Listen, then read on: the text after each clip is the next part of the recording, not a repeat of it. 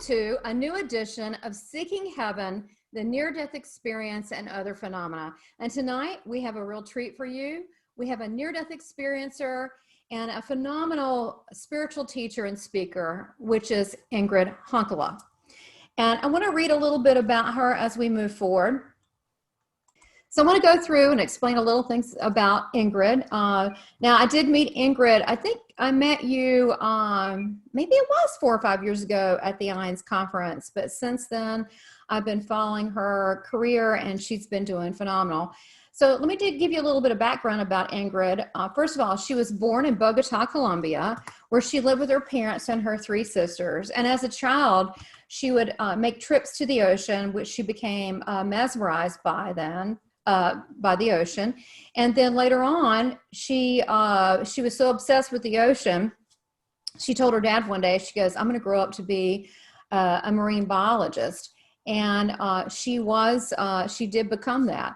She did pursue her dream, and she graduated as a marine biologist and later continued with graduate studies and received a Ph.D. in marine sciences with an emphasis in biological oceanography. She's recognized as an esteemed marine scientist and was sought out by the government bodies such as for the Colombian Navy, the U.S. Naval Oceanic Office, the University of Southern Mississippi, and for NASA, and to work on projects. As far as Ingrid, through her life, she kept remembering back her near-death experience when she was 3 years old when she had a drowning.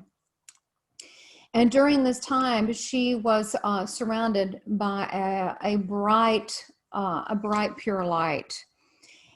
And as she reflected upon this experience throughout her life, she realized that there were these beings of light, is what she calls them. And she's going to talk about that tonight, who stayed with her through her life.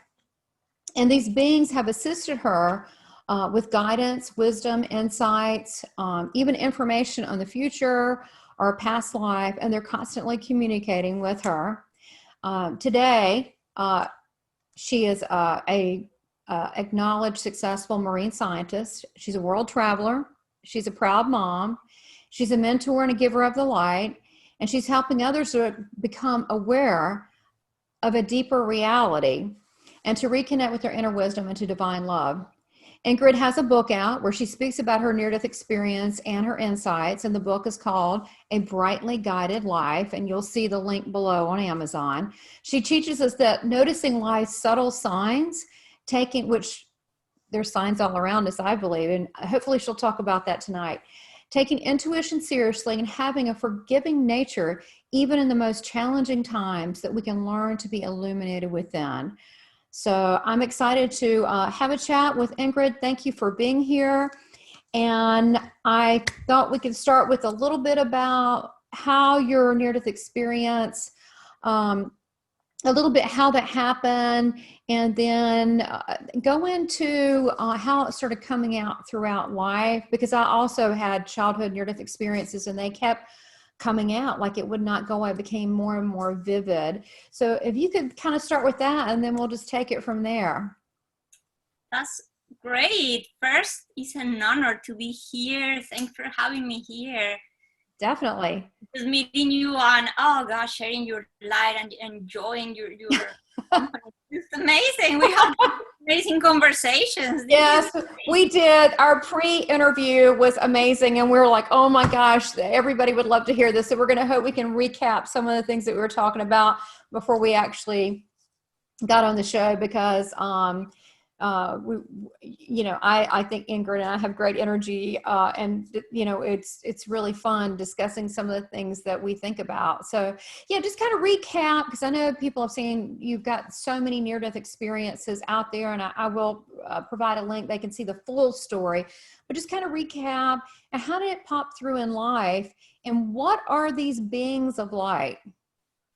Yeah, I would love that. Then just to tell a little bit about the near-death experience, it happened, I was close to 3 years old, and playing with my oldest sister. We were not at the moment supervised. We went to play in a patio. There was a tank filled with frigid water, and we decided, let's play catch across this tank. being little, who think about danger. I was close to 3, she was close to 4. We went on this tank, we grabbed a ball, she threw the ball at me, and she didn't apply enough force. And I saw the ball floating in the water, thought I could grab it, lost my balance, and fell into the tank. At the time, I didn't have idea, didn't know how to swim, never been in a pool, and didn't know if you fall into water, you drown. So at that moment, imagine that, Tamara, feeling this moment of absolute terror, why I cannot breathe. And this water being frigid cold, oh my God, it was just the sense of the most horrible moment.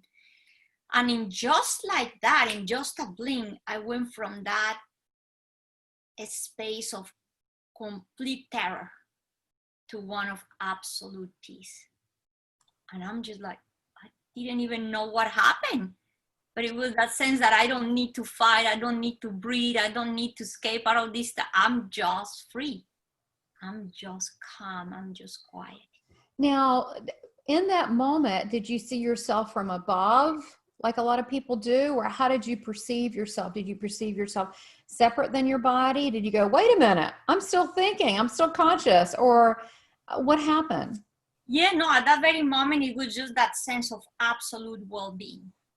And when I am in this sense of well-being, this is one thing I always mention. Right before this well-being happened, I like to mention this tank was entirely made of cement, was the darkest space. So the last thing I saw with my eyes open was just the darkness of the space.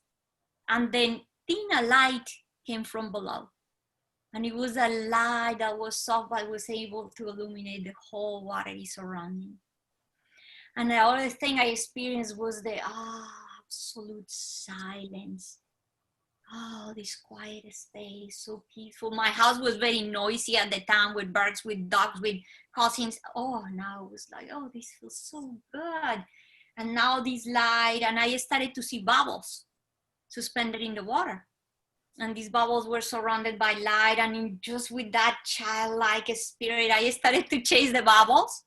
And it's when I turned around and I saw a body suspended in the water. Okay. And at that moment is when I had the realization. But it was amazing, Tamara, because it was not surprising to me. It was the sense of familiarity, like, oh, this already had happened to me in the eternal being. Okay. Like, oh, I get it. I get what happened. I guess that's me. Yes. So like, you weren't upset at all. You're like, oh, you kind of put it together. Yes, and just like, oh, this already happened. And then this comes the other thing, and it was that I was born as a very sick child. And I had spent the first almost 3 years of my life unwell. I didn't even know a different state of being for those 3 years. Imagine now I am in this state of absolute well-being, like, wow, this feels amazing, freedom. Why, this feels so good. When I saw the body, the other thought was like, well, I'm not going back to that. No. And I turned around and I left. You're like, I'm done. Well, you know what's funny, and I want to make a comment there. When, you know, I've had a few NDEs, but when it's really strange when I think about, like when I was 3, I was playing, had a nail go through my head, and when I went above my body and I saw the being as a light, I was really indifferent. I was like, yeah. And it's funny because now as a human, I'm very, you know, I have a life, I have a wonderful husband, I have, you know, I'm not ready to go. You know, of course that's up to God, but the point is, it was like that quick. It was like, yeah, I was like bored. Yeah, I think we haven't created attachment yet to the point that we have to stay. And that's how I felt. It was just this sense of like, I turned around and I started to see flowers that were blooming from like nowhere. You know, the beautiful things, and I don't really mention these things during most of my other talks because it just doesn't come around. But later on in my life, Tamara, they said to me, the light that you saw coming from below was the light that you are. Oh, it's beautiful. The light of your own being. Well, that's what we really look like I mean, Exactly. we're just beings alike. I've got a strange question to ask you. Okay, I just had a cognition. So I was 3 when I consciously remembered this whole nail through the head. I was playing and it was under a dresser. You were 3. Think about it. Yeah. I know I never put that together. I should have. Because I do know different time periods later in life as a child that it affects you differently. I've seen studies with PMH Atwater. So when was that? I'm curious. When did yours happen? Spring or summer or? It was around fall of, this was 1973. Oh, no, yes. Mine was about 10 years earlier, and it was about probably 10 years older than you, and it was at the end of July, beginning of August. So it was similar. But that's funny that to be that same age. Don't you think that's unusual? Yeah, this is amazing. I love to. I never put that together. I don't know what it means yet, but Spirit was saying, hey, duh, I'm a little slow. Find out. I've been working on your body. You've been working on it. I was like, I've seen 3 and I just now registered. So anyway, go ahead with your story. I just wanted to make a point for the audience that you were like, oh, wow, okay. And I was sort of like, yeah, well. Yes, and it's just this childlike spirit. The other thing was that these flowers were like, they picked me up. So it's like, imagine the sense of dimension was gone. Oh, a flower is going to pick you up. So now I was like, wow, I'm being carried by these flowers. And I put the analogies like I went to the womb where you just don't have to do anything. You're being done. Wow. And later in life, this was amazing because they said to me, when they started to show me the symbology of everything that had happened and what it meant, they showed to me that the flowers were the light too, the beings of light that manifested to me in that way because I could understand it. So I could be peaceful. Yes. So I was carried away. And in just like that, a blink, I appeared in the maid's room. Because at the time this lady was living there and she just was listening to soap operas in the radio, completely unaware that I was drowning. Oh. And I'm looking at her from above and I'm like, whoa, that's Maria. Huh? Nothing. And then just like that, in a blink, I appear in my mom's path. And this is the amazing thing. She was on her way to work. She didn't have a car. She had to walk across this entire neighborhood. And then I appeared on her path and I said, oh, that's Mom. At that precise moment, she stopped.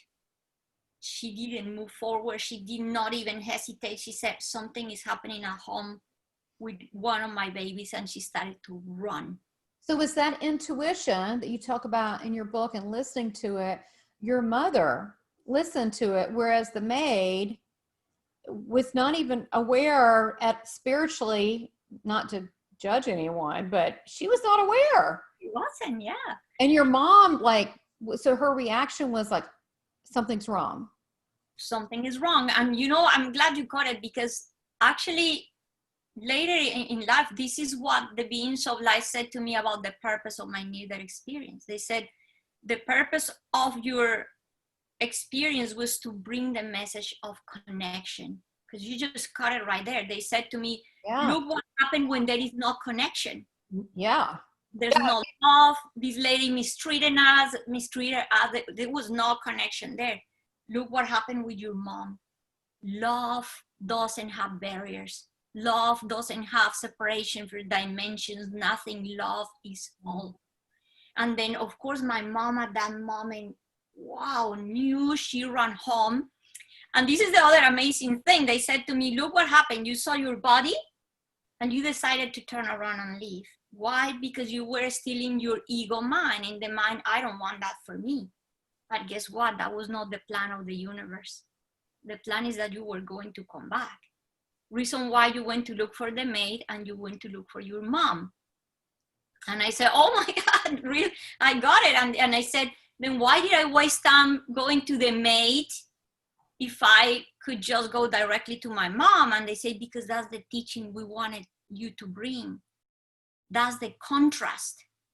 They said, look, when you went to see the maid and she didn't pay attention, that is showing you that when there is not that love, there is no connection. When there is no connection, they will let you drown. When there is no connection, there will be war. There will be separation. There will be people who compete. They will kill each other. What happens when there is connection? Complete and absolute, just, oh my God, union, and there's no barrier. So my mom arrived and she got me out of the water. So that was the teaching. When we work together, wow, we can do wonderful things. You know, I like what you're talking about, this connection. You know, of course, you're, you know, I'm a medium. So, you know, people are like, well, is that, well, the love bond, that connection is still there. I mean, what kind of God would we have to put us all here and have relationships and love each other? And, you know, look, I get it. We have some family and friends that, you know, are trying. I understand that, but we're connected. And that's part of our lesson too, but to just, it all go away. No, I mean, that love is beyond barriers, dimensions, worlds. But if we had that for ourselves and loved each other as humanity, and, you know, I think, you know, remember when the COVID first started, Ingrid, and I don't know about you, but like right around March and all this was happening, then we were hearing about our brothers and sisters in Italy and different parts of the world. And I couldn't sleep. And I really think the reason I couldn't sleep is I was worried about people. Yes, because we have that sense of compassion, that the more we have experienced oneness, the more we want the well-being for everybody else. Yes. Because life, I discovered with all these, Tamara, life is the glue that holds it all together. What happens when there is no glue? Things fall apart. Well, and I think that people start seeing they separate by continent, they separate by geography, they separate through financial status, they separate male or female, they separate through race, they separate through preference, they separate through niches. And finally, to the point, they've forgotten who they are, when in reality, our natural state is that being of light, and we're supposed to be here to love one another. That's the whole purpose, is to learn how to love even through difficult times. And, you know, I just don't understand a lot of the things that's going on now, because, you know, what happened to love and respect and caring about each other? To me, that's kind of our natural state, don't you think? Yes, and the important thing about all these, Tamara, is that we don't focus in what is not being done, that we focus in that the people that are in that place of knowing I am that light, reinforce that light, put the focus of all your being in the good thing you can do, in the seeds you can plant, and it doesn't have to be by being forceful. The beings of light said to me, Ingrid, your path is the path of gentleness. You're not here to convince anybody about anything. Just be that light. And Tamara, when we are that light, when we shine that light, when we are that love, when we are calmness, when we're the embodiment of compassion, when we are in the joy, when we smile, guess what? The people around will feel it. The change will come and it will form, because you become that wave. And imagine if you and I join in that purpose, and another one and another one. Now, it doesn't matter what is happening out there. We are creating that light. Yes, a better way. And a lot of people don't realize, but we create by our thoughts. When I was in heaven hanging out with Jesus, he said we manifest through our thoughts. Be select and aware and mindful of what you think about. So we want to be mindful of being positive and loving one another, because we're actually creating it. We're actually manifesting that reality in this world. So maybe that's real to me and you, people that might not have had a near-death experience. Maybe it's not as real, but it's still just as true for everybody. Yes, where we put our mind, we move the energy. And if we're just putting our mind in the good things, in the amazing things we can do, the nature is right there. It's a tool to show us every day the wonders of being alive. How beautiful, how perfect this is. The beings of light says something to me, Tamara, that is absolutely beautiful. They said, you can imagine the state of gratitude in which every human being will be if they realize that for you to be who you are, trillions and trillions and trillions of subatomic particles have to be in agreement. They say you are a divine intention. I love that. That's beautiful. Wow, so if we can keep our mind in a state of gratitude, that's one of the highest levels of energy. I think about this water. Oh my God, this water come also from trillions of particles. This is a divine intention for me to drink this water. Oh my God, this pen was created for me to write. So when we are at a state of gratitude, we're elevating our frequency, we're elevating ourselves, and that the people around us will feel that. I said, look, to me, one of the most important mantras in my life, and mantras is not like, yeah, there's many beautiful things I've learned in Sanskrit prayers, everything which I use every day, but the most powerful mantra, Tamara, is when I go out, when I see people, when I'm at the bank, the store, and with the intention of my heart, I ask people, how are you doing today? Okay, that is what you're saying. I agree 100%. It's powerful. People have a lack of love and they just want to be seen. Yes. Imagine I'm telling you, I see you. I see you. Yeah. You're a love bug, and you are doing a very good job of being the light. I must say, I've been following you. You're doing great. Oh, Now, on a serious note, Ingrid, tell us about the being of lights when they started manifesting in your life as a little girl, and what you think they are. Obviously, they're they're good, but they're obviously on Team God. But what they are and how they've assisted you, and maybe, hey, do we also have our own beings of light? Yeah, I love all these questions. But before I go to the beings of light, I want to finish, because I think this is what kept that door open. During my near-death experience, after seeing my mom, Tamara, I experienced what is called, what I sense as the light. I appeared in a realm that was made of pure, bright, intense, shiny light. And that's when I dissolved and I went to experience the absolute sense of totality, oneness, love, the presence of God, what we call God. It was permeated everything. To me, there's nothing that is not yet. There is not God force. And then I went to experience what I call the sense of nothingness. It was like people say, oh, nothing is a scary thing. And I said, no, because it's nothing that we know. It's out of the box. It's so pure. Yeah.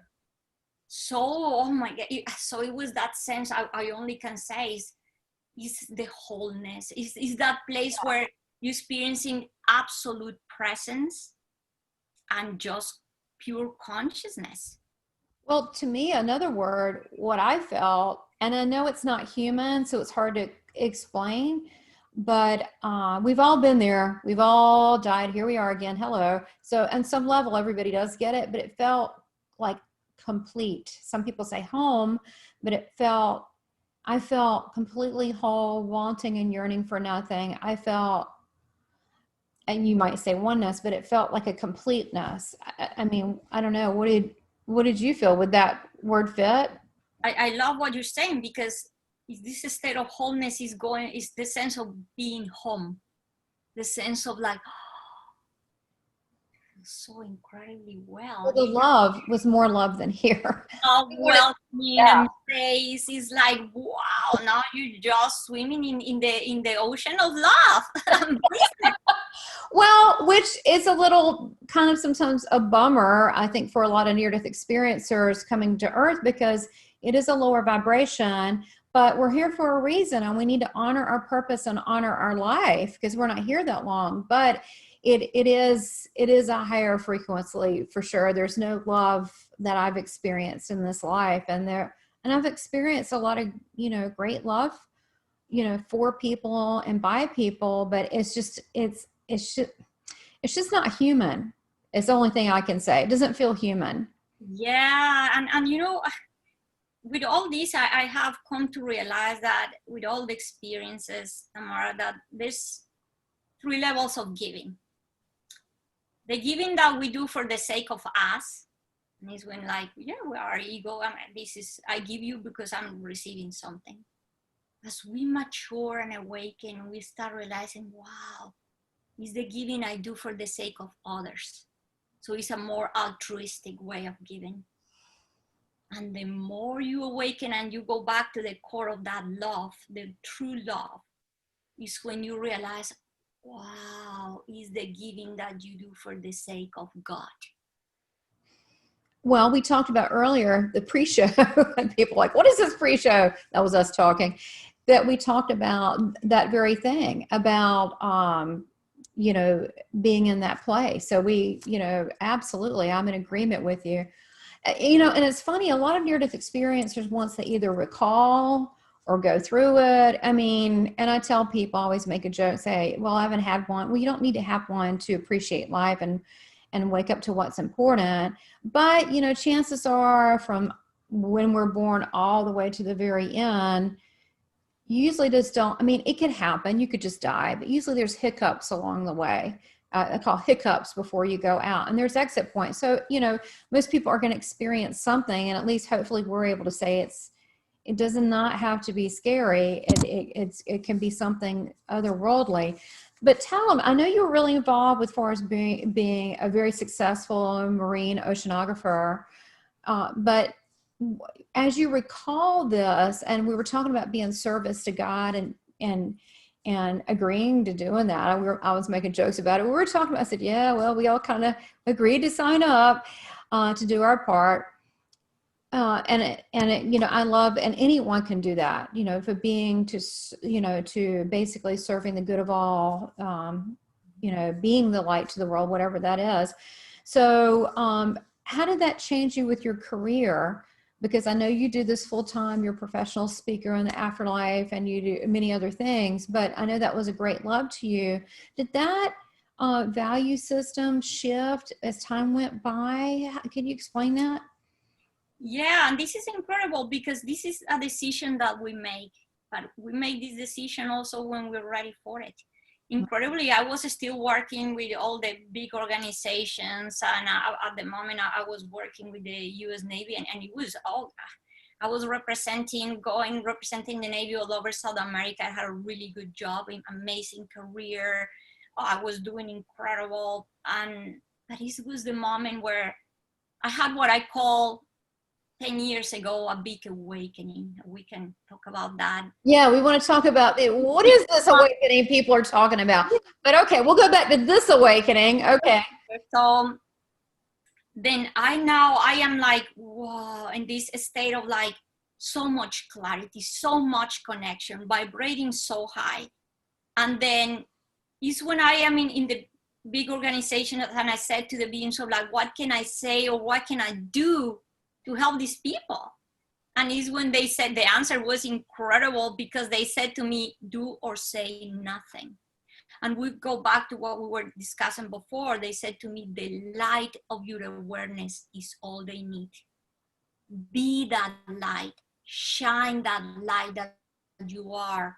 And that's the work you're doing here. Because sometimes people are not ready to hear these things. So we cannot just go pushing people into what we think.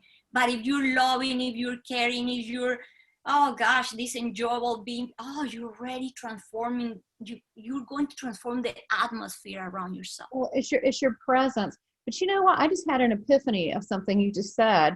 You know, my thing is Jesus, because I saw him over there. I still talk to him. But he said something to me, and I didn't really fully understand it until now, since you said something. He said, if you did no more further action in this world, you know how we like being productive. People like being productive. I'm not saying be a lazy sloth, but, you know, sometimes we lose the point of life and the flowers and nature. But he said, if you did no more further action and just existed, your presence would be enough. And that you are the love that my Father created you to be. And I understand that now, because it's our existence just being here, because that's why, this is the way I look at it. Look, we're all meant to be here. We all have a purpose. We're here right now. God doesn't make mistakes. But when it's your time to go, it's time, because I was kicked back. Apparently you were too. But when it's time, I mean, you know, so, but we all have, we're all so important. It makes me so sad. I just could cry that people don't see that. They're so important. But it's okay, because everybody has their own journey. And if we learn to embrace everybody's journey, then there's no criticism, there's no judgment, there's only love. Right. So it's at that moment when the beings of light also said to me, the time to talk, the time to do will come. But guess what? Just like you're saying, it will be the doing and the talking that come from being. Not doing, but being. Being. So when you are, and then now you're connected with that inner wisdom, with that higher power, with God, then what happened? Now you are doing.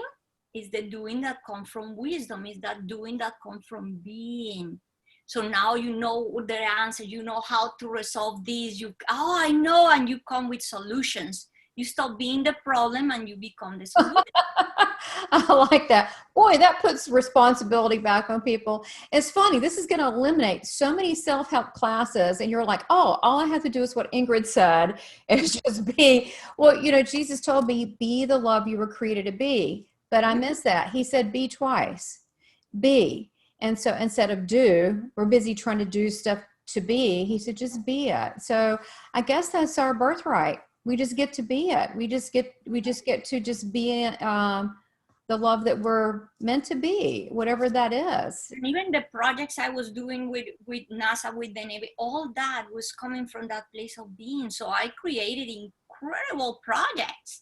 Because we're meant to resolve, we're meant to just create a more effective way of doing things and creating consciousness and openness in other ways. So she's like, this is amazing.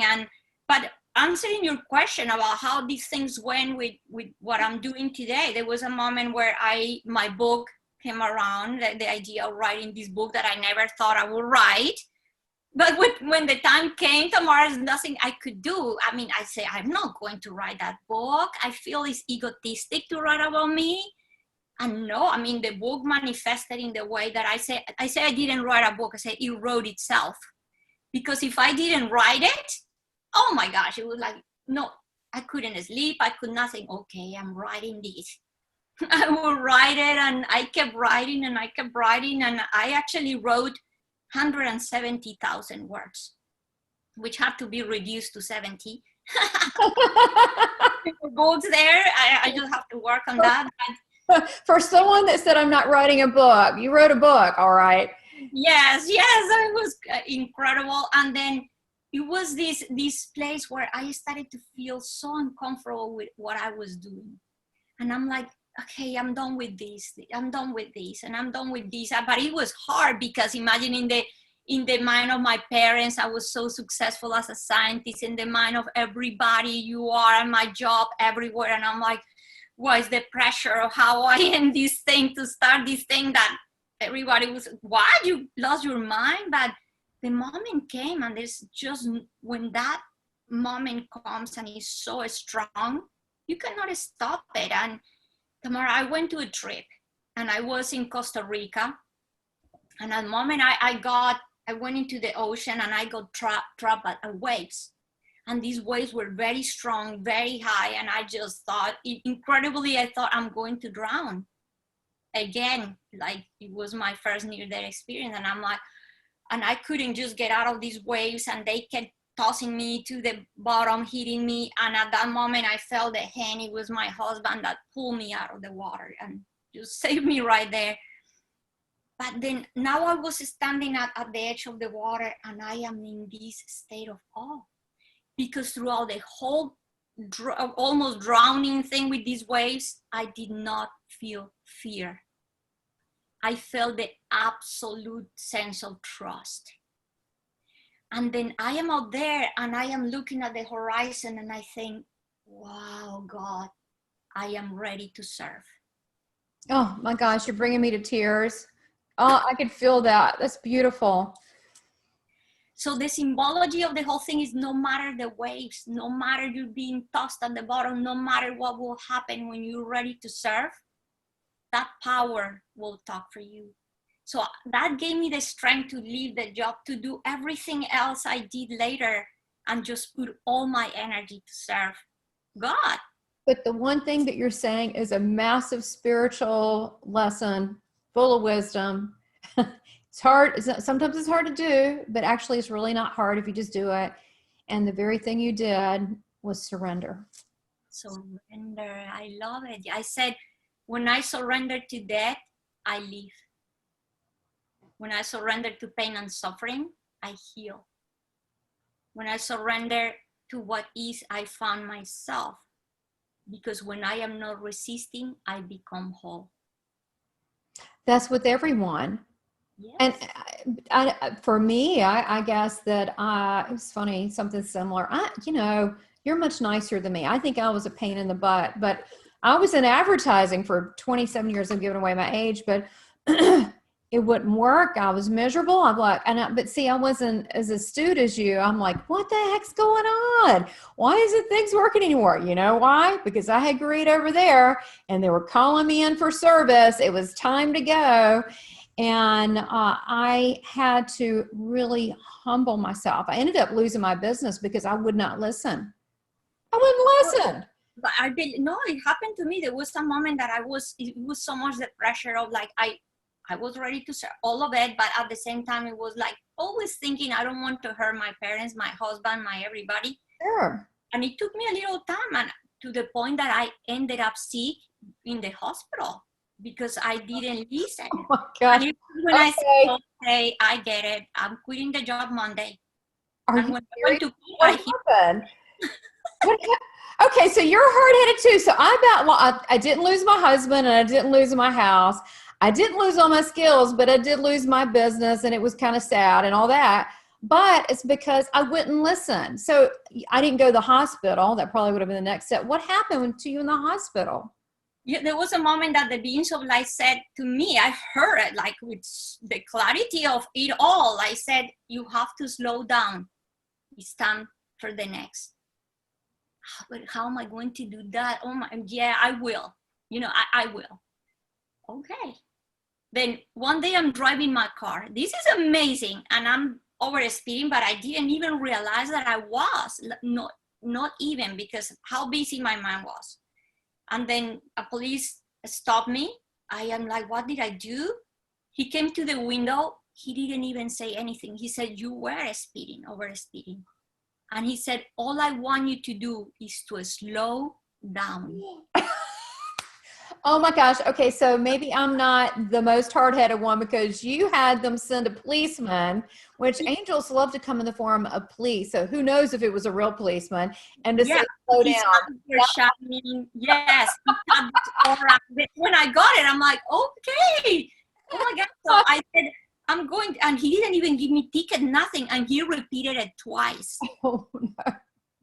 And he left and I'm like, wow, I said, I get it. I get it. But I felt the sense, okay, I'm going to quit this week. I didn't do it because there was this project, this thing. Okay, I'm going to give me time. No, that it was Thanksgiving and I had some people invited over that day, everything. I woke up at 4 a.m. and I thought I was having a heart attack. I thought, and I had to call for help. I ended up in the hospital. My blood pressure was like 210 over like 170. And I'm sitting, but I'm with a friend and she's like, I've never seen a case like this where somebody's blood pressure is this high about to have a heart attack. But I'm talking to her like nothing is happening. And she's like, what is going on? And I said, because I know why it's happening, because I haven't listened. So at that moment I said, I get it. And this when they came with what happened. I had not been sick. I was like, nothing had happened. I didn't have a cold, nothing that brought me to have a critical drop in potassium. So then all that had shown me I get it. Why? They probably never knew why, did they? No, they did up to the, Well, but you knew why. But I know exactly. So that I'm like, Monday, I'm quitting the job. I quit the job and I heal like nothing had happened. You know, that's funny, and I think that's a big lesson. I'm entertained by this because something similar happened to me, but you were more aware than me. I was like, I just don't get it. Why can't I go back to the old life? But I think that for me, I had forgotten I had made a contract. I agreed to serve, and I had forgotten, and they were going to remind me. So I guess the same thing with you. You apparently agreed to serve as well. Nice to know you. And they called you in for service, and you said, hey, give me some time off, some time leave. And they're like, no, now. So to me, it was you know, I guess if people are hearing this, it may sound, oh my gosh, but we did sign up for this. We did. We did sign up for it. I mean, not everybody has to, I mean, but hey, that experience that had happened in our life, like starting with the near death, with all these, we're just quick reminders, like we want you to remember. When I asked the beings of light, why my near-death experience happened when I was so young, the answer was amazing. They said, because you were old enough to remember, but young enough not to be conditioned yet. We needed you to be that clean canvas so you could awaken faster. The other thing, you asked me about the beings of light that we never answered, but I don't want to leave that in the air. Tell us. No, I'm just, I could just talk to you for hours. I'm just, wow. Keep going. So that amazing, when I mentioned the light, all that, yeah, I was rescued, came out of the water, all this, but I said, like that door never, I'm going to share something new with you that was amazing, because I said to the beings, I always say in my talks, but that door for me never closed. And you know what recently was the answer of the beings of light? Because I said after this, I kept having out-of-body experiences, visiting the light over and over and over when the beings of light appear in my life. So I always say, for me, that door never closed. And the beings of light said, guess what? Because there is not a door. Oh, I love it. Ooh, that sends chills. I love it. Well, you know what? That's kind of tapping into, you know, and I do want to go more into beings like, but you can kind of like bring that into the other stuff too. But as far as, you know, the near-death experiencers, and like you're saying, we just don't have an experience and then it goes away and we live life. It's still, we are still not only living that experience, that open, you may say a portal. Okay, door. I love that. There isn't one, but it opened our minds, if you want to say a portal. But I like going there. You can do it in your sleep. You can do it in a meditation state, because it gives me great peace, which is probably why I had so many near-death experiences, not to encourage it, because I kind of like it over there, but I told them I'm done for now. I'm done. Of course, it's really not up to me. But you know, we can be in that state, but it doesn't leave us, and we're still getting information. So can you speak on this and speak about the beings of light, about, because all near, and you know this, but we don't say this, and I feel like we should. And I don't think that people are trying to hide stuff. I just don't think it comes up. But near-death experiences are constantly getting, it never really went away. They're constantly in communication with that angelic, heavenly, otherworldly realm. Because that's a natural state of our being. And we will talk about that. But what happened is, yeah, I mean, I kept like having these, what at the time it was not knowing of out-of-body experience, none of that, but I was experiencing this. And I was like, and now I wanted to keep sleeping. So I'm like you, this is cool. I want to be there. Wait a minute. Did you sleep a lot? I did. I did too, because I liked it over there. So, oh my gosh, I bet you admitted that. Isn't that funny? And incredible how life worked our way, that my parents, of course, they fired this lady, they hired a new one, but she didn't have to, if I was sleeping, she didn't have to pay attention to me. So that was good. So she let me sleep forever. And I would just be sleeping. And in one of these journeys, Tamara was in one of these amazing journeys, I was surrounded by starlight figures that were shining in all different colors. This was absolutely beautiful. I just like mesmerized by this. Now I really wanted to sleep more. And in another journey, one of these starlight figures that was shining in pure gold, shiny like gold, transformed itself into a human form, just to show me I am like you. And it touched me in the head, and it says, and I said, oh, you are a being of light. And it's when I have that sense, oh, because in my near-death experience, that was the other thing, I realized myself as a being of light. So now I'm seeing we are the same. And then See, that's how I think about spirit people. I don't see them as spooky or whatever, because I don't deal with the people that are confused. I deal with people just like us. I deal with people, and so to me, they're exactly the same. yes, They're very happy, and they're very happy. Really, yes, and they're very nice people. yes. So for me, it was like, oh gosh, this is incredible. And then of course, like we're mentioning about sleeping too much, we have to have balance. I could not be the girl that has slept forever. So now that balance happened, in which one day I was taking a shower, just relaxed, because again, it's these states of being relaxed, connected, feeling good. Because people have asked me, how you connect with beings of light? By feeling good, by like putting your vibrational frequency high. So I'm just like, oh, feeling just good, taking this shower, when a being of light that was shining in this, oh my God, Tamara, this huge blue, intense, beautiful light appear in the bathroom. And I'm like, oh, now the beings of light are here.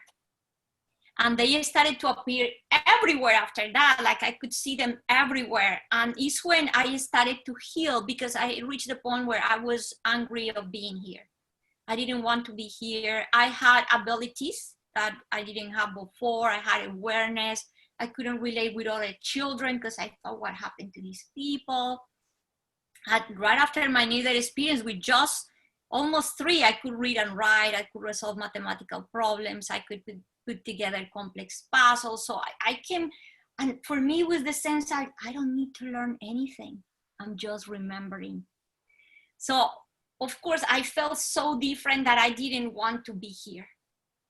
But I started to heal. It was the sense of when I was surrounded by the beings of light, I felt the sense of home. I felt the sense of love, oh, joy. So I started to talk to my sisters, play with them, talk to my family. Wow, it felt good. But I was still throwing tantrums because I did not have the sense of belonging with my name. I didn't have the sense of attachment with my body, my name. That was the other thing. When I saw my body, when I came back, I'm like, I'm not this child. I'm more than this. Yes. So what happened is that I would throw these big tantrums about small stuff. And there was a time when they were calling me, Ingrid, it's time for dinner. And I just didn't pay attention. Then the lady came and like, we're calling you for dinner. And I just turned to her. She's like, Ingrid. And I said, don't call me like that. That is not my name. And she said, then, wow, how should we call you? What is your name? And I said, I do not need one. Yes, that you're right. We're more than that. And the other thing is, how many names have we been? Exactly. And this was the time when the beings of light started to talk with me. And they sent me to bed because they were tired with my behavior. And I went to bed, and it's when I heard, oh my God, Tamara, this was the first time that besides seeing, I now was hearing, and I was smelling. I can smell when the presence, the beings of light are present, like with a message. I'm like, flowers, perfume. Flowers. I was wondering, they smell flowers. Oh, so beautiful. And then I'm like, wow. And they started to talk to me like in a whisper, like with such just loving. And they said, it's going to take time for them to understand that names are not needed in the realm of the light, as you already know. And of course, later in life, I understood, yeah, in this realm, we need a name, we need a personality, we need a career. So I learned all these things, but at that moment, I was a child. But at this moment now I have the clarity. I know now why I don't need a name. Yes. But they also told me, you have to remain quiet because they're not going to understand. But there's going to be people that are going to appear in your path that is going to help you, that's going to validate you, that are going to guide you. The other thing they said, all of these are gifts that are given to you, not to keep, someday to give to others. This is crazy. I was told almost the same exact thing, but differently. I'm not kidding. So I was told, much is given, much is given, much is given, and much you'll give. And through the little things, the big things would be done, and through the big things, the small things would take notice. But you know, the same exact thing. I knew I didn't fit in, and I would see spirit people. They were very friendly, but I knew I was different, and I could see through people. I could see through situations. It wasn't like a little child. It was something else, and I wasn't sure what I was, but I knew that I didn't want to frighten my mom. And so I didn't say anything, but I was told it was not safe to say anything. But guess what? It is now. And now we're saying it on the Seeking Heaven show. Okay, it's quite a few years later, but we're saying it. But at the time, it wasn't safe because people wouldn't have understood. And we would have been probably medicated, and now our psychiatric ward, and that would have really slowed our progress. Yeah, so they said, and it was good because incredibly the first person, like they said, that validated me was my mom. Really? The most incredible thing, Tamara, because my mom, they said don't talk. It was nothing ever like, this, like do not talk. It was more like the clarity of, look, they don't get it. Yeah. Okay, yes. And then what happened is that because I couldn't talk, I had to express myself somehow.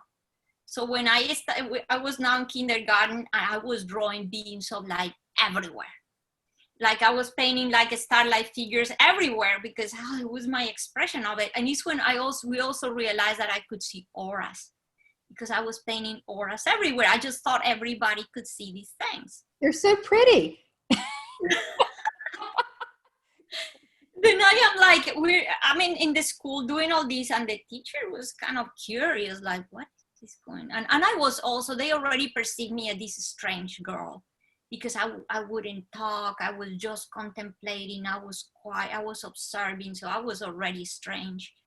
And then she was like, what are these here? The sun, the stars? And I said, no, these are my friends, the beings of light.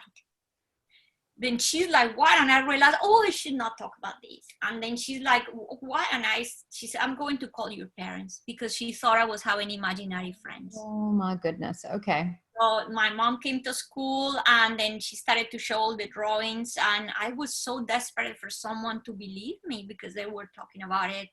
And I said, Mom, these are the colors that we wear, and these are my friends, the beings of light.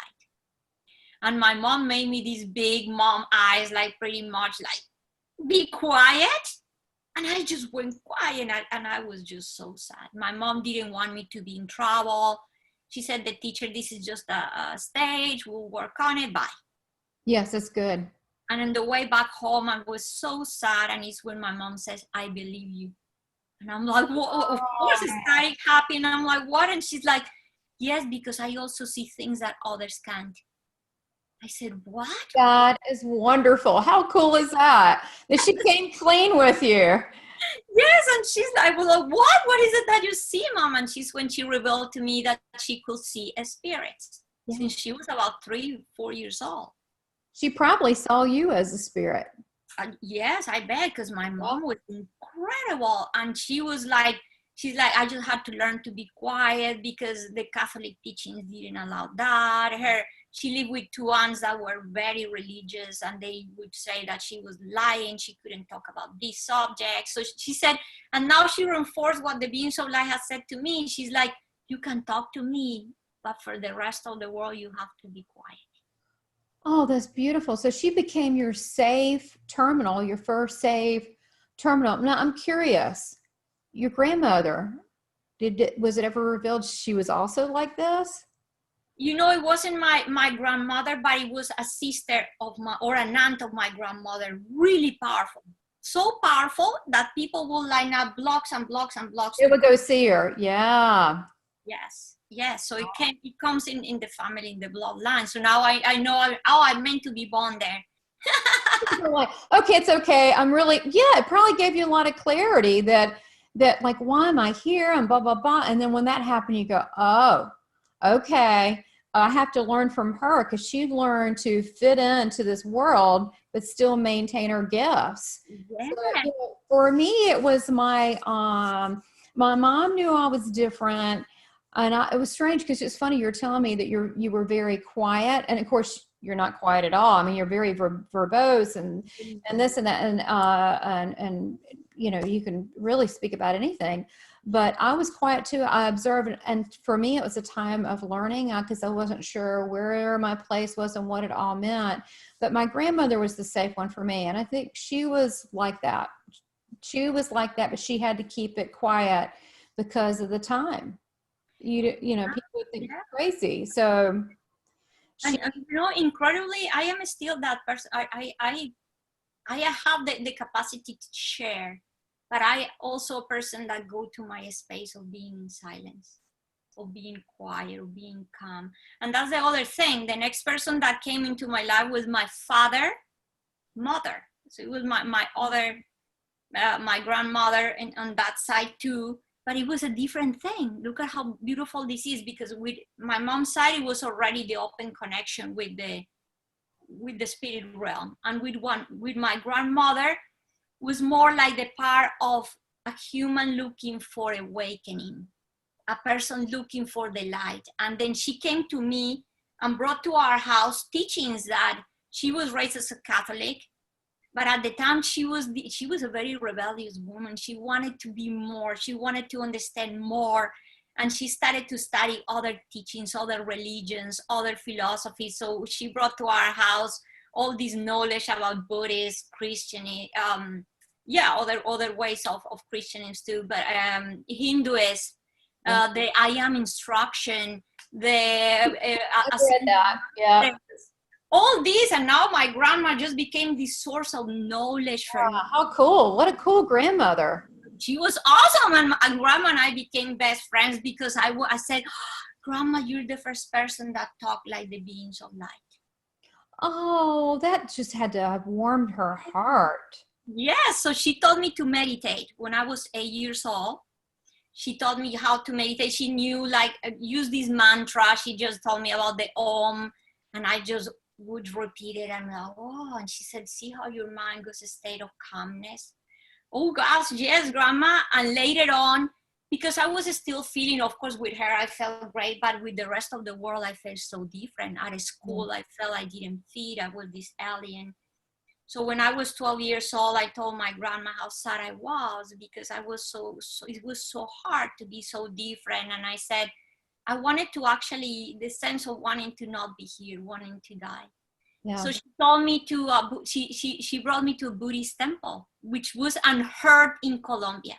That is so freaking cool. Oh, isn't that cool? Because that could have changed a lot for you. It did, because she brought me to this little Buddhist temple in the middle of nowhere, or it was in this neighborhood you never would have known. And we went into it felt so good. And then we are in this temple, and I learned my first breathing meditation technique. And this monk taught me how to meditate. And at the end of the meditation, when we were about to leave, and I said, oh, sir, my grandma's a very busy lady. I don't think we can come to the temple again. And he's like, you never have to come back to this temple. And I said, what?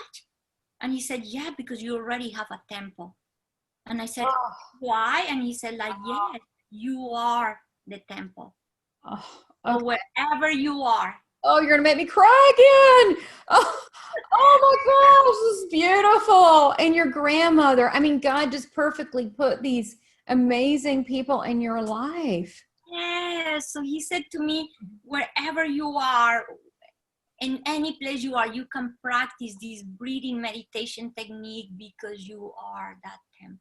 But isn't that what Jesus said, that the light is in you, that the temple of God is within you? Yes. I don't know. And then somehow look, I'm not going to get into a theology thing, but somehow we made it really complicated. Oh, no, yes. And I have discovered it's so simple, actually. The complicated is all the layers that we have put on us. And this is what we were going to talk, to continue about this awakening. Oh, okay. And is that, for me, it's like I came to the realization through time, discovering that I was that light. I actually was like about, I don't know, 15 years old or something. I don't know, you remember a movie called Cocoon? Yes. There was some aliens and stuff. And I was with my sisters watching this movie when the alien rips apart the skin, and under the skin, this alien is light. It's made of bright light. And I said to my sisters, oh, that's what we are. We are the light. And then not long ago, I just started, all my life, I knew I am this light, but I was always wanting to awaken. I always wanted to be enlightened. And then it's through time that I realized I always have been the light. I always have been enlightened. So I just put the example of a bulb. Like I was talking to you earlier, say that lamp that is right there in the room, say the bulb is on. It's this light that is always shining. And to put more things with the light, there's a microphone, there's a speaker, all this is active, it's just shining there. But what do? The conditioning, the teachings, our story as human, then they told me, no, now we need to put a cover in this light. Oh, we put a cover in the light. Now we put another shade and another shade and now a blanket and now a sheet, until, of course, your light is so covered by so many layers that you stop shining your light. You cannot hear your voice. You cannot use the speaker to talk your voice. You cannot use the microphone to talk through it or to hear. So it's like now all our light is covered by like layers and layers of stuff. And I also put the analogy to just show the same thing in a different way, an onion. And I said to people, what happened when you're peeling the layers of an onion? Guess what? You cry. Because peeling an onion brings tears, making all this change, living all these challenges, going through all these sufferings is going to cause pain. But the purpose of all of it is to bring you to realize, oh, what if I peel this layer and this layer and this layer until I go back to the core of who I am? Then now I can shine my light. I can speak my voice. I can hear the voice of God, the voice of the beings of light, your voice, Tamara, because we don't even hear, we cannot even listen at each other because we're so busy in our own mind that we have closed the door. Like the beings of light said, the door always have been open. We are the ones that close the door in our side of the house. You know, it's funny. I'm in agreement with you, but let's take it even deeper. Let's go a little bit even further there. You know, people may be saying, well, how do I get all these blankets and covering over my lamp, over my light shining? Yeah, I'd like to shine. But to me, I feel like that comes from, multiple places. Number one, blocks, which could be for not forgiving yourself or others. Blocks are always, if it's not that, then to me, it's fear.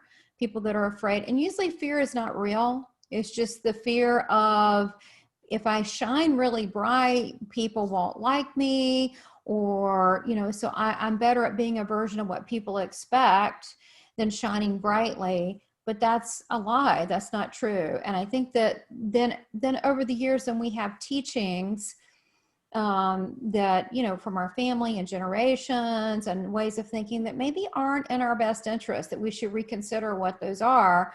And then we get into dogma, then we get into prejudices and just all sorts of strange stuff that really don't serve us. That's not really who we are.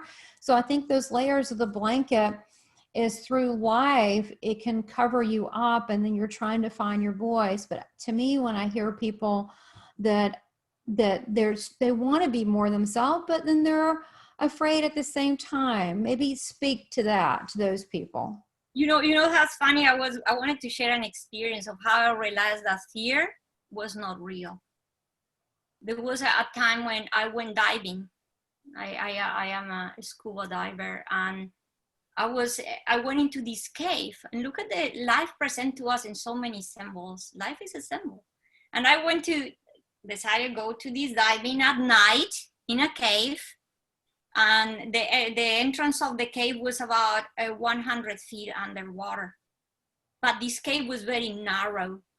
So the moment we went into the cave, we couldn't really go back because you have the whole gear, the tank, everything, there's rocks. So yeah, the idea was you go through the tunnel, and the exit was about, I would just say 30 feet from the surface.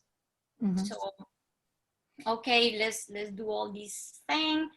And we went, good, this is nice. I went into the tunnel. One person or two people went in front. It was me and another one, but we were going really slow because of the way of the cave and everything.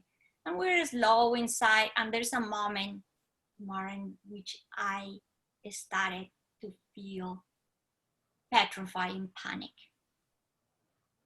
My head got just, I guess, thoughts of fear. I don't know, I'm going to drown, I'm going to die here. Well, it just, all the fear came. Actually, even at that moment, I had a memory, like you said, we're so conditioned. I even have a memory of a past life, of how I died in a situation where I was like in a dungeon.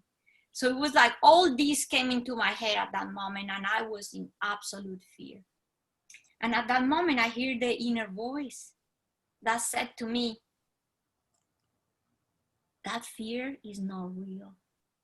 But I was feeling it absolutely real. And then it was that state in which you almost petrified. And then I had a flashlight, and I was with the flashlight holding it like that. And at that moment, from a crevice came out a fish. And the fish was so beautiful with this big eye. And the fish came and looked at me like that. And at that moment, of course, I went to the admiration for this fish. And then the inner voice said to me, see, the moment, in that split of a second that you went to that moment of joy and admiration, you forgot everything about the fear. So is the fear real? Wow. I was like, it's not real. Otherwise, it would have never gone away. So it's when at that moment of my life, I realized, and the voice said, you can choose to stay in the state of fear and drown in this cave, or choose joy, choose happiness, choose the way out of it. That's a beautiful story. And and I just visualize this beautiful, colorful fish. That is a beautiful illustration to stick.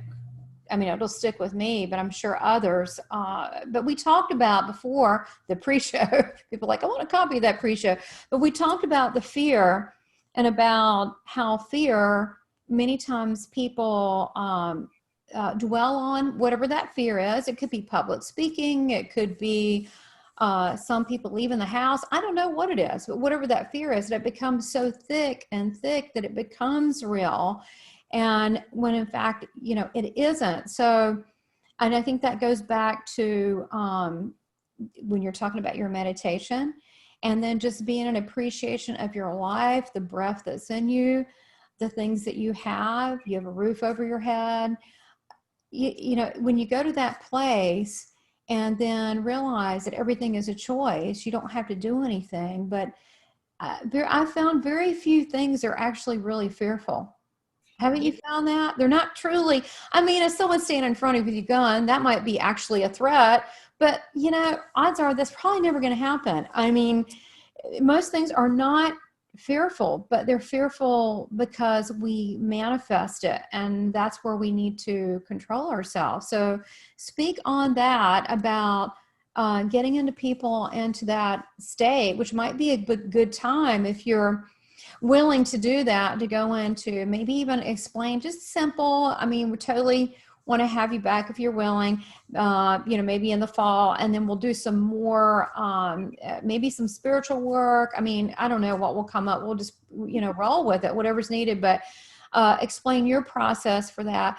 And then before you do that, one quick question.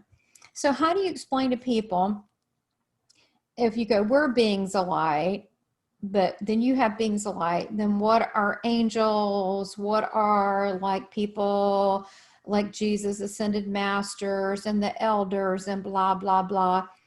How do you want to speak to that, if you can offer a little bit of clarity? Yes, yes. And that's, I love that question, because I asked that question actually to the beings of light. Of course you did. Of course you did. You're very inquisitive.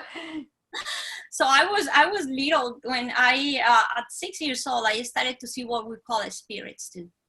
Yes. And then there was a moment, because of course, at that moment when I saw this spirit, it caused me fear because of just a different sense of vibration.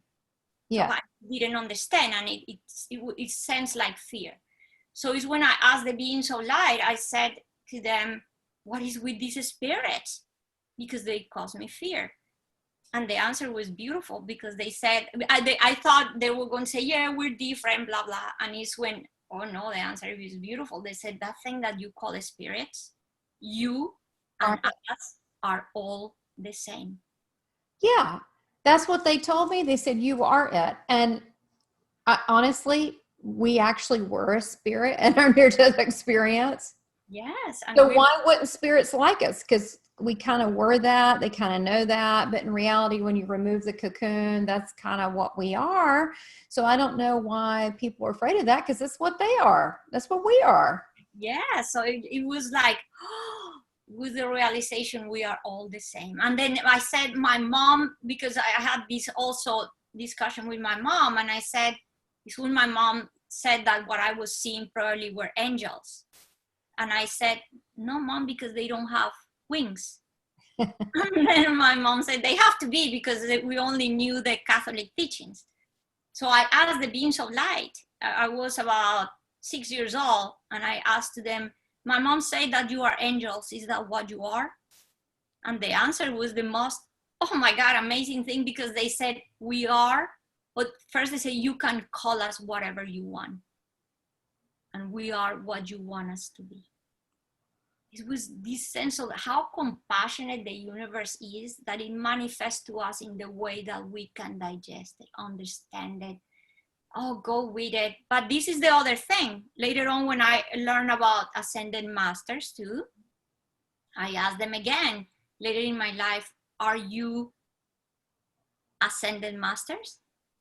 And they said to me, they went back to the same answer, we're all the same. But now, the difference is the level of awareness you have about who you truly are. I would get that. I get that. Yes, and they say how you reach that point with experience and evolution. So the more aware you are, so that's what will say separate, or there's not separate, or that's what will make the difference, or give us a sense of difference, is knowing that it's like when you are a student. Say that you are in a school, all the people in the school are students, but the ones that are from kinder, the ones that are from, like, we'd say doing a Ph.D. or doing whatever grade. So although they are all the students, they are all in different grades of understanding, experience, evolution. And that's with the beings of light, was with the angels, that with the ascended masters, that with the spirits, is where we are at. Well, you know, it's funny what they've told me, and again, very similar, because if you're dealing with the same thing, I mean, why wouldn't it be? But they have told me, I've said before, like to guides, and I don't generally, like when I've done, I don't particularly like to do guide readings because people don't understand how they talk in unison. That's so weird to people because they're in oneness and agree. But I've asked before, I'm telling you, I've asked when there's many around me that are from, you know, angels, guides, ascended masters. And I said, thank you for your help and blah, blah, blah. I said, thank you so much for helping me. And they go, no, thank you. I'm like, yeah, but you guys, and they're like, no, we're on the same team. It just, we're exactly the same. And I'm like, no. And they says, oh yes, you've got a harder job. You're here. That reminds me, a teaching that I received not long ago. when I had a vision. It presents to me, maybe for you too, like I have these visions that are like, I receive the teachings, I have the clear knowing that I am in this place. It's like some may call it lucid dreaming. I don't know. You are there and you have this clarity. And I am like surrounded like by, like we're in a group of many people. Yes. And at that moment I feel the presence of like a being that is very tall, very tall. And I turn around and I said, that this being is about to leave. And I said to him, don't leave. And then he said to me, oh, they usually don't ask us to stay. As soon as you just said that, your lights went totally bright. It's awesome. It could be just whatever, but I think it's cool. So you said, please stay. Your whole room was illuminated.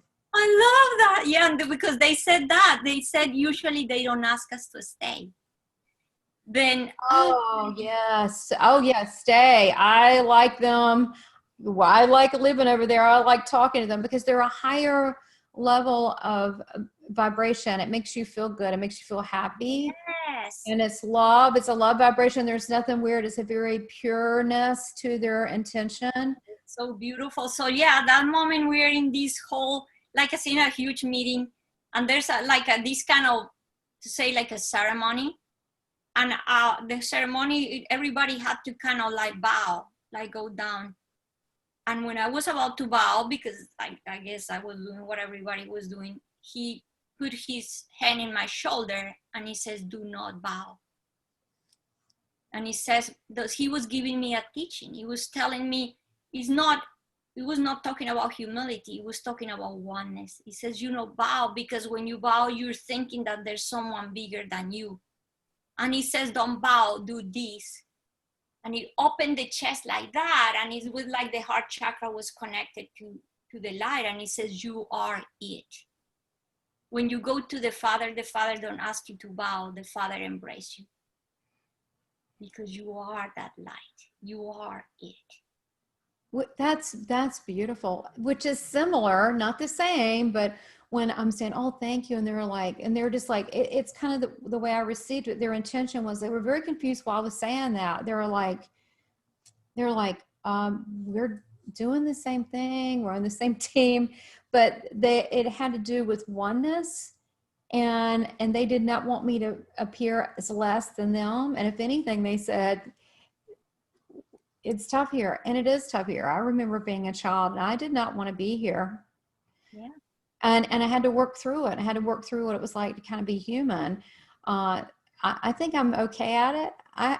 There's certain things I'm not great at, but, I work at it. But it's funny because it's not how a lot of people, honestly, with multiple religions, I'm not going to pick on any religion, was told that I'm not saying that you can't be in a state of gratitude or gratitude to the Creator, but the fact that we are important. And I think that we need to remember that in a humble way, but we need to remember that we have a purpose here, even if it's small.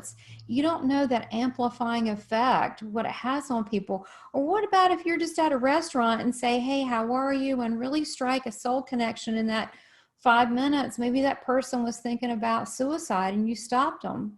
Oh yes, it's beautiful. That's amazing. This is when in my life I also later on started to understand the purpose of my uniqueness.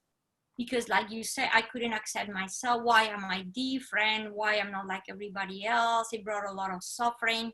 And there's a moment understanding the purpose of my near-death experience, understanding the purpose of who I am. Wow, I started to use the gifts. And it's when I realized, and I always like to put the example that each one of us is like a unique thread in the tapestry of the universe. If you pull that thread out, guess what? The tapestry is not completed.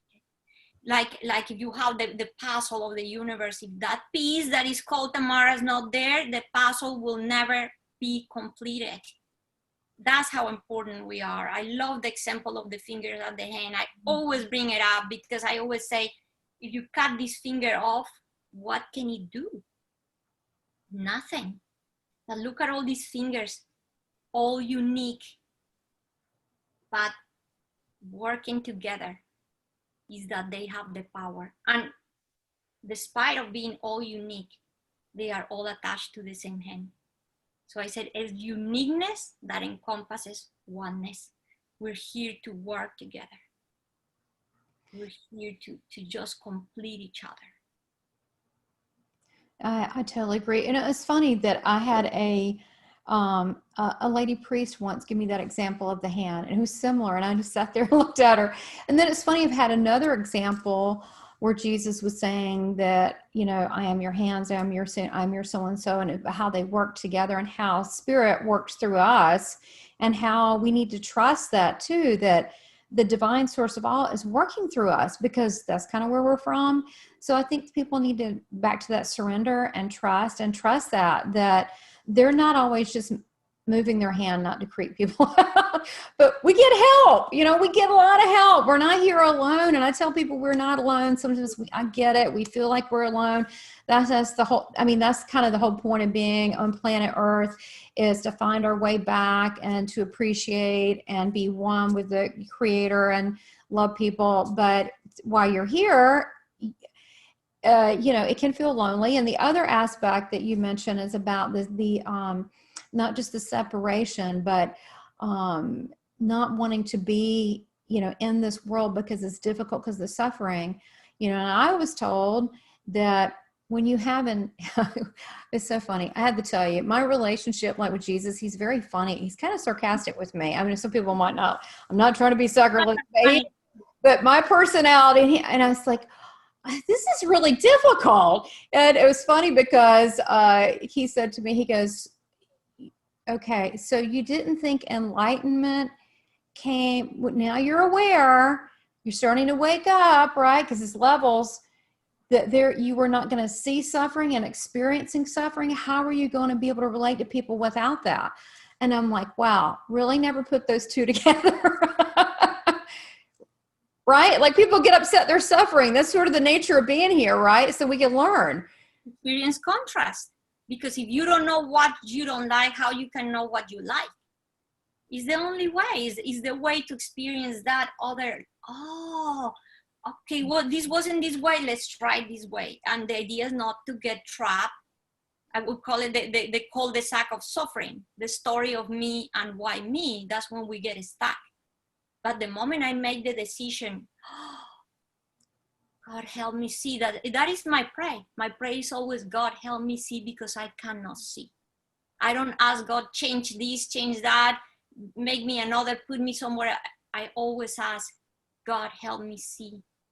Give me clarity. I am blind and I cannot see, so please help me see. Of course, be careful what you ask for, because boy, you're going to see. I know. I mean, you know, God really delivers. Like, if you ask, here you go, you're going to see. I have to be ready for it. But you know, I like a lot also when there's something I have to mention again and again and bring it here, because it's that part of trusting, surrendering, the being. So that's where the first teachings I got, the very first teachings I got when I was a little child, they said to me, let yourself rest calmly in the hands of the divine, in the hands of the divine guidance. Just trust. Trust that everything is going to be all right. Trust that everything is all right. But because we're usually all control freaks, we make that hard to do. But honestly, I mean, I hate to, it's embarrassing to admit, but I probably had 12 or 16 years. I didn't really have God in my life. I thought I could do it better. I got very analytical, did a lot of studying. And when I finally surrendered and came back to that place, I started seeing magic and miracles, and I started feeling that oneness again. And it just, life became more magical. And it's kind of like the opposite of what we're taught here. We're supposed to be so planned out. But when you surrender, and even surrender in the moment, because I didn't know where this conversation was going to go today. And it's so beautiful. And you know what? Bringing again, because it kept rumbling in my head that when we were talking about fear. Yeah. When I was so little, Tamara, I went to the priest. I was about 10 years old. I went to our priest in church, and I said to him, you know, we have to stop talking about fear, because fear is what is separating us from God. Because, you know, the Catholic teaching, especially, like the fear of God, the fear of God, the fear of God. And I said, no, fear is actually separating us from God. I said, I know what God is. God is love. How can we fear the one that loves us the most? Wow, that's powerful. You probably were not very popular with him after that. But he was mad at me. He sat me in a corner. I have to do all these prayers, and I was so confused. But it's that part where I was realizing fear. But I love that you brought it up and you asked this question before, because to me it's like there's very many aspects of fear. Fear is the part that, we have. Fear is a tool and can be used also. I mean, like you said before, if somebody is going to attack me again, whatever happened, okay, it's the reaction. You can use it as a tool to get out of a situation, to do whatever. But when you are truly connected, in that space of connection, in that space where you're able to calm the mind. Look, Tamara, I've been in situations where I almost was murdered. I almost murdered and raped. I almost robbed. Many hard situations. I was in a war zone for 3 years. Dear Lord. Every time I calmed my mind and I went to that place where I completely connected with God, I letting God in. Like we talk about meditation and about prayer. I said, for me, meditation is go to that place where you calm the mind. And when you calm the mind, guess what? Now you can open the window to listen to God, to let God in. And now the prayer happens, because now is the dialogue with God. But you cannot hear God if your mind is busy, you're all over the place. And every time I had that connection, I knew what to do. I knew how, and I even surrendered completely to the knowing, if I die today, it's okay. It's the absolute trust that what is happening meant to happen the way it is. And I was safe. I would just say I was saved by the life. And even in this situation of, I was almost murdered and raped. I was even with a boyfriend that was like, oh, Mr. America. And that didn't do it. It don't matter how many muscles he had. What saved us was my connection with the light. Because the people that were going to attack us. What happened? They were going to, 3 men were going, I don't tell the whole story because it's long. It's in my book. Buy the book. They'll have the link below. Yeah, but just to make it short, we were about to be murdered by 3 men. They had knives, they have pieces of glass. And when they were about to cut the neck of the guy, he was an ex-boyfriend. I turned my head. I was in this is how contrast appear in the world. I was in this beautiful beach, like an amazing paradise, pretty much. We were snorkeling, having a great day, and these men just appeared there. And at that moment, I just turned my head because I didn't want to see the brutality of this situation. Yeah, I understand. I turned the head, and it's incredible because after my NDE, I never have fear of death. I don't have fear of death, but I didn't know how much I did not have it. I didn't have a point of reference. That day I knew. Because Tamara, in that moment of imagine, of fear, of terror, I turn my head and I see this horizon. And it was the most beautiful horizon, the sunshine, and the sun is sparkling the water with light. I saw this, and at that moment, I connected with the beings of light. I went to that place of calmness, and the connection happened. And the first thought that crossed my mind was, today is a good day to die. And I was in the absolute freedom of fear. And now I became like the expansive being that we are. I was in my state of expansion. There was not even a body there. The guy dropped me to the ground. They tied my hands. I was like, just like 90 pounds, and this guy was like 200 pounds, and I could not even feel the heaviness of his body. And I'm lying there on the ground and I'm like not even screaming, nothing. I'm just, because in my mind, nothing is going to happen. I am in the hands of God. And there was this moment when the guy is about to rape me. He's looking down, about to do his business. And I grab his face and I put his eyes in my eyes. And I said to him, dear, don't do this. And he pushed away and he's like, we're leaving. And the other guys didn't even hesitate. They were doing a line to all of them rape me. They even didn't fight. The guy didn't hesitate. They all left. And what happened, Tamara, was that at that precise moment, I had a moment of oneness with this guy. Yes. And later on is when the beings of light said to me, is there really an enemy? At that moment, all the conditioning that he had fell off. And that guy and I became one. Yes. He didn't even understand or knew what happened. He just jumped out and they left. But I knew that the conditioning was going to come back. So I just stood up and I told my friend, they're going to come back. So we better go. And incredibly, this friend was an atheist. And after this experience, there's no way for him to just fight it. He's like, okay, what just happened? How did you know they were coming back? How are you here? How we're safe? What just happened? And I said, if you didn't believe in angels, in protective forces, in God, this is the time. And he said, yeah. Oh, I tell you what, Ingrid, I have never wanted to cry and from being touched so much in an interview. I mean, you're just, you are really amazing. And I understand what you're saying. When you look through to the soul of that person, it's funny. I always say, well, if an experience something like that I would, I actually had something not that hard. Well, it was pretty bad. I was in a foreign country and I was snorkeling and my husband was sick. He had like a Montezuma's Revenge thing. So I was out on the boat with some, families, you know, I thought I'd be fine. You know, we're staying at the Hilton, it's fine.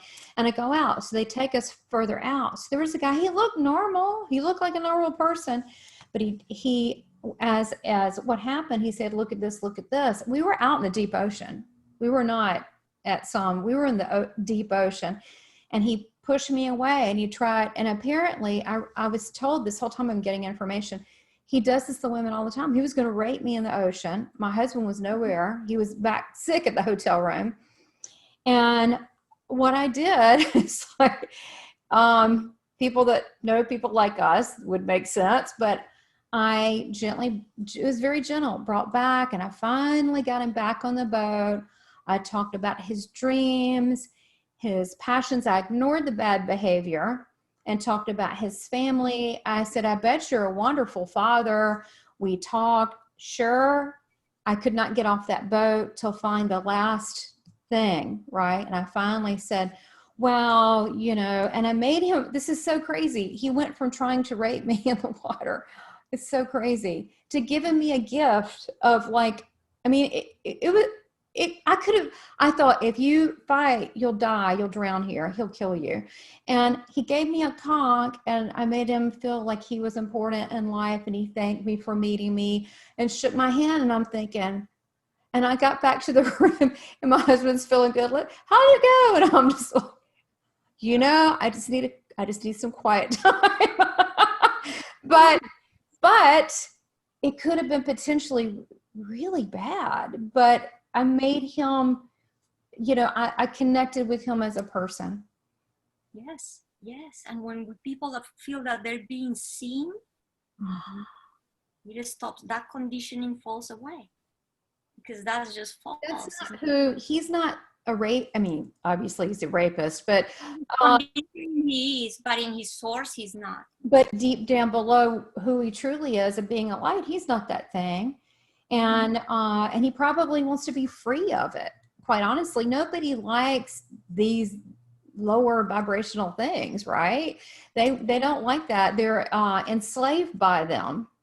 We want to be that shiny light like the ball. We want to be free from all this heaviness, all this conditioning. Yes. why when we meet people like you, like loving, like caring, compassionate people, is attracted, because you're looking for that you are. How can I get to that? Because it feels good. Who doesn't want to feel good?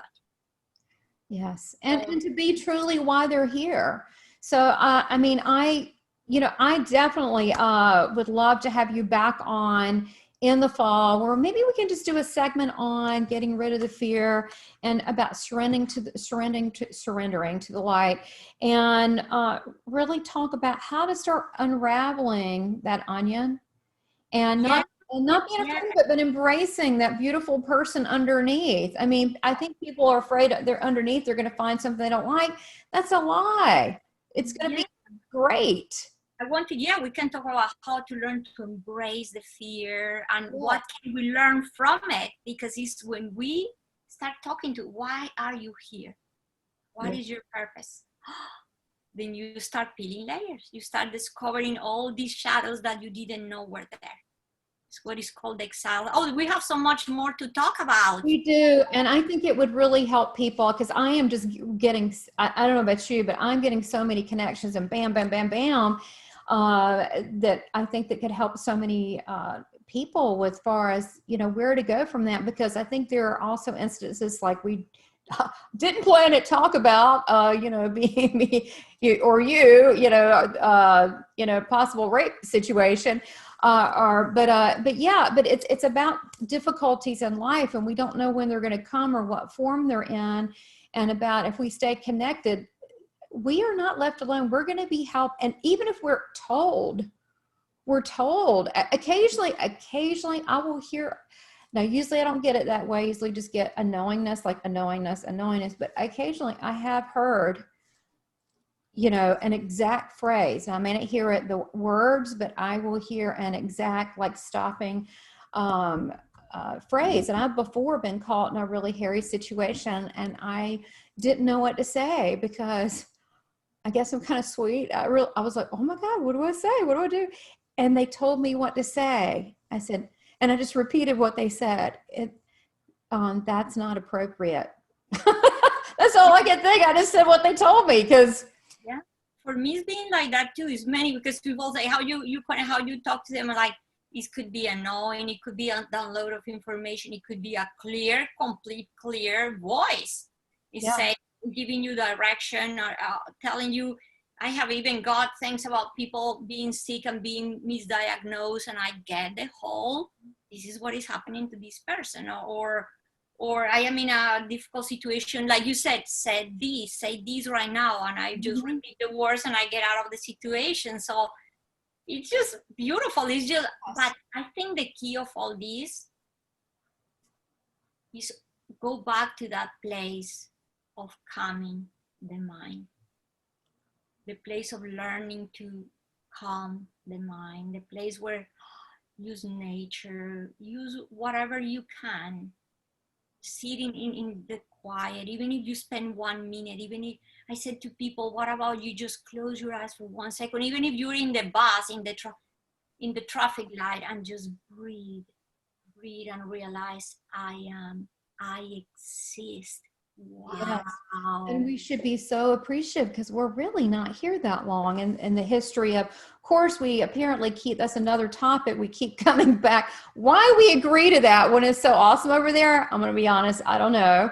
But yeah, I mean, this is, I think it's about a perspective we're talking about. It's changing our perspective. So I definitely want to have you back, because I think we really, play off of one another very well. And I tell you, it's been tremendous. I didn't expect this, but it's been very healing to my soul for you to be here, because very rarely I get to see a reflection of myself. And even like, I didn't have a temper tantrum, but I went through feeling the sadness and to go away. And it was kind of like, wow, there was someone else in the world that went through what I went through. Oh, it feels so beautiful. So thank you so much. You're amazing, Ingrid. I can't speak enough about how wonderful I think you are, and just being the light. If we could all live by that example, what you're doing. And so thank you so much. And those of you that want to know how to contact Ingrid, she will have her website and her book on Amazon. Tell us your website. Yes, my website is Ingrid Honkala, just like my name, .com. And you can also, I have a YouTube channel where I like to share meditations, teachings.